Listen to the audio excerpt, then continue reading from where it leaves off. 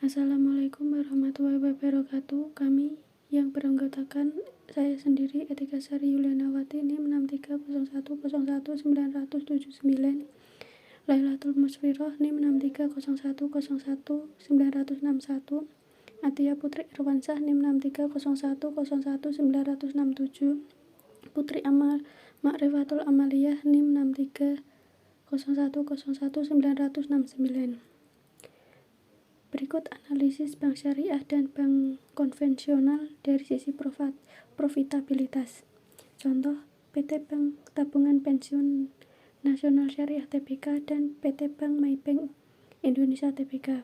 Dari laporan keuangan PT Bank Tabungan Pensiunan Syariah Tbk diketahui jika jumlah aset yang dimiliki bank yaitu sekitar 12 triliun rupiah dan didapat laba sebesar 285 miliar, sehingga dapat disimpulkan bahwa keuntungan yang didapat BTPN Syariah yaitu 285 miliar dibagi 12 triliun sama dengan 0,023 atau 2,3%. Sedangkan PT Bank Maybank Indonesia Tbk dilihat dari laporan diketahui jumlah aset yang dimiliki bank sekitar 188 triliun rupiah dan juga didapat laba sebesar 513 miliar rupiah, sehingga dapat disimpulkan bahwa keuntungan yang didapatkan PT Bank Maybank Indonesia Tbk yaitu 513 miliar dibagi 188 triliun sama dengan 0,0027 atau 0,27%. BTPN Syariah memperoleh laba sekitar 2,3% dari aset, sedangkan Bank Maybank Indonesia Tbk memperoleh laba sekitar 0,27%, sehingga jika dilihat dari persentase laba yang diperoleh BTPN Syariah Tbk lebih memperoleh laba yang lebih banyak.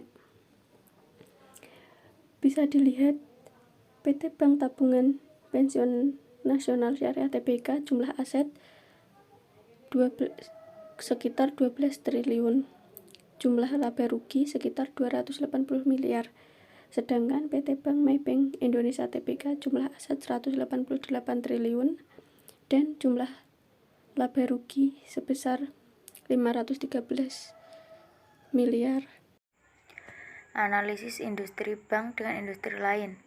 Contohnya PT Bank Tabungan Pensiunan Nasional Syariah Tbk dengan Indomaret. Dari laporan keuangan PT Bank Tabungan Pensiunan Syariah Tbk diketahui jumlah aset yang dimiliki bank yaitu sekitar 12 triliun rupiah dan didapatkan labanya sebesar 285 miliar, sehingga dapat disimpulkan bahwa keuntungan yang didapatkan BTPN Syariah yaitu 285 miliar dibagi 12 triliun sama dengan 0,023 atau 2,3%.